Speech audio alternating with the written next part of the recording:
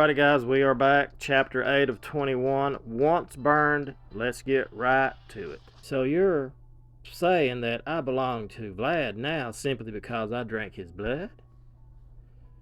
Think, Amber. This house has dozens of vampires. Vlad could have summoned any one of us to give you blood. Wow. He pauses for a moment, waiting for you to catch up.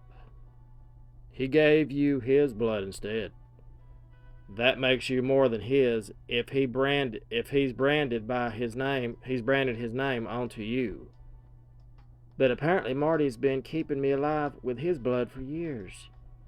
If I belonged to anyone, wouldn't it be him? It's not about the blood, it's about the intention. Marty never tried to claim you, Vlad has. Earlier today, he rescinded his offer to let me court you. Oh, he gives a half-hearted shrug. As if I hadn't figured out for myself that you were his now. And if you care for your friend, you will never tell Vlad anything about thinking you belong to Marty. He'll kill him. Wow, Vlad wouldn't do that. I don't belong to anyone. I'm going to do that. I don't belong to anyone. Vladimir isn't just anyone. And regardless of how you might feel, he's a difficult man to resist. Where is he? I need to talk to him. He's detained at the present. Please stop the formal talk and tell Vlad that he needs to untain himself. That's not how this works. No one gives Vlad orders. When he's available, he'll see you. Having a fit in the interim won't change anything. He'll see me now. I say I'm not having a fit. I'm going to do right, of course, because I don't want to see him. It's good to see you understand. In the meantime, if you need anything, simply let me know. And just like that, Maximus departs. Vlad continues to be regrettably detained the next morning and afternoon, too. So he's just ignoring me. Whatever. By the following evening, you've had enough. Vlad might not want to see me, but I'm not going to sit around here stewing any longer. You march through the lower levels of the castle until you run into Ben and the other humans. Hey, Amber. What's it? Nothing I want to talk about. I need to blow off some steam. Vlad's been giving me the cold shoulder. Let's do that one. That's more than we usually get at all. Still, it might make you feel better to go out clubbing with us. Wait, I thought she couldn't go out because of, He turns to you. Your condition. I can't dance with anyone? But I can drain my excess energy into something safe, keep my right hand holstered, and drink with whoever else is knocking them down. Back. That'll work. Well, then sure, I'm just glad you're feeling better. What was wrong with the bleeding? Tell the truth, keep it a secret. I'm going to keep it a secret. Oh, I've just been having trouble getting used to the different altitude. That plus not eating and pushing myself too hard in the gym had a nasty effect. No kidding, you were really worried about you. But you're doing better now. Oh yeah, in a major way. But I just realized I don't have any money and I'm not about to hit up one of Vlad's staff for some money. The group laughs. You don't need money. Vlad owns the town and we're his special plasma caboose. Everything is free for us, and as his guest, same goes with you too. He owns the whole town and the countries surrounding. Romania has communes, and while most people don't own the ones they oversee, Vlad has his own way of doing things, doesn't he? He does indeed. Your mind briefly flashes back to Vlad not telling you the implications behind drinking his blood, but you force the thought back.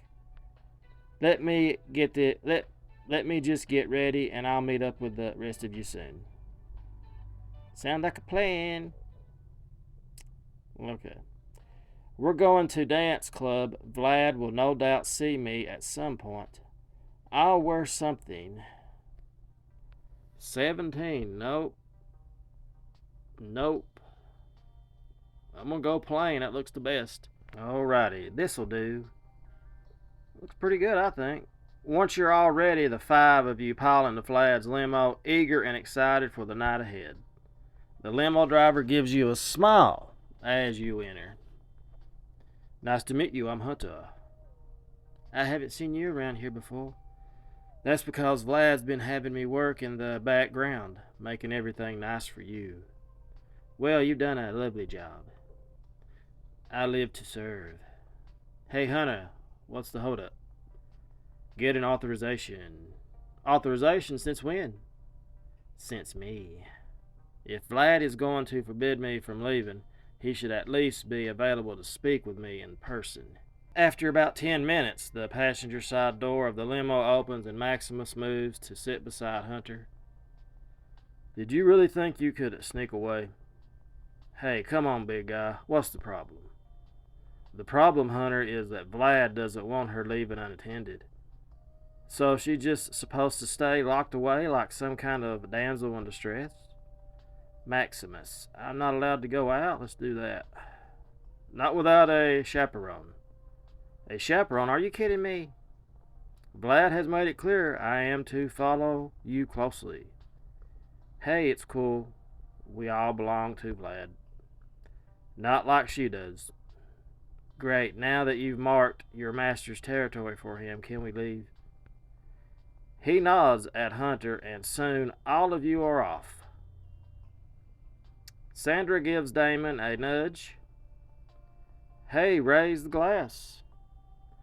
He presses a button, and soon the privacy glass is up, blocking off Hunter and Maximus from hearing the rest of you.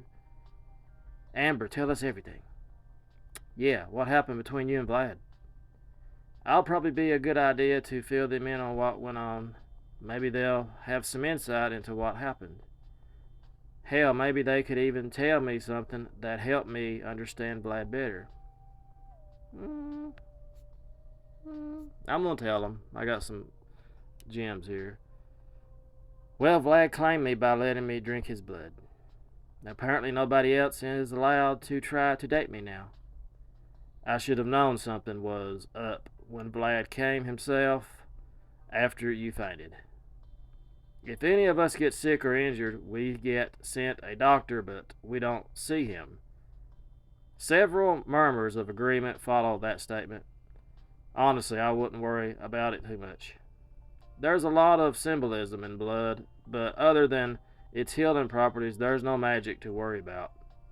Still, seems like Vlad and his followers take symbolism seriously. Well, yeah, but if you're not feeling it, you just have to turn him down. Vlad's all about his pride. Yeah, and if you firmly shut him down, he'll cut you off completely. Then you don't have to worry about being claimed at all. Free to date whoever you want. But you won't hear from Vlad no more. Yeah, once you cut off, he's gone. Well, I don't know if I want that. Still helpful to know. I think I do want that. I want to cut him off.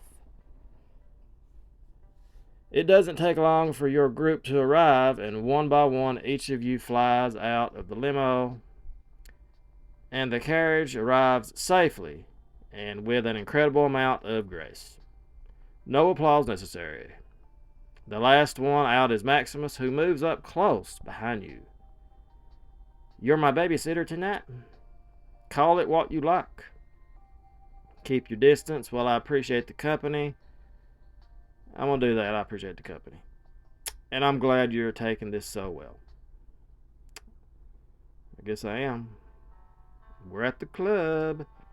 You head into the club surprised to see that on the inside it doesn't look different from the bars back home. Angie takes you to the coat room first before leading you to the bar and offering you a seat. So what will you have to drink? Red wine. Let's just do that. Classy. I like it. She turns and gives you your order to the bartender in Romania. The only word you recognize from the order is Vojevodina Prince, whatever that means. What did you say? I ordered you the drink and told him to put it on the prince's tabs. Does everyone know who Vlad is? In this town, many know, but few speak of it, and never to outsiders. Romanians revere their heroes of their history, and they know how to keep secrets. She slants a glance at you. As the object of the prince's desire, many would consider you a very lucky woman. It's the object part that I have the biggest problem with. And I'm going to need a lot more to drink before I feel anything close to lucky. All right. After 6 more drinks, you and Sandra head out to the dance floor. Your 4 friends seem to get a kick out of forming a protective circle around you. Keeping your right hand glued to your side, you dance like you don't have a care in the world. Maybe things don't have to be all doom and gloom. Maybe it's okay to just have fun one night just for fun. That's when the boom sounds and the smell of smoke wafts into your face. What? It's Vlad. Another boom, this time shuddering the very foundation of the club itself. What could that be? What? Why would... Fire. Hunter, get out of here. Get her out of here. Your circle of friends disintegrates as the crowd scrambles towards the staircase. I should try to stick with the group. I'm going to do that. Just try to stick with the group. You do your best to keep up with the others, but the chaos of the club begins to overwhelm you. Flames and smoke crowd your vision as people trample and shove to get past. One woman brushes against your arm and lets out a scream as the electrical shock knocks her to the ground. Oh my God, I'm so sorry. Something hard closes around your arm, whirling you around. We've got to get you out of here. He throws you over his shoulder, making a beeline for the door across the room.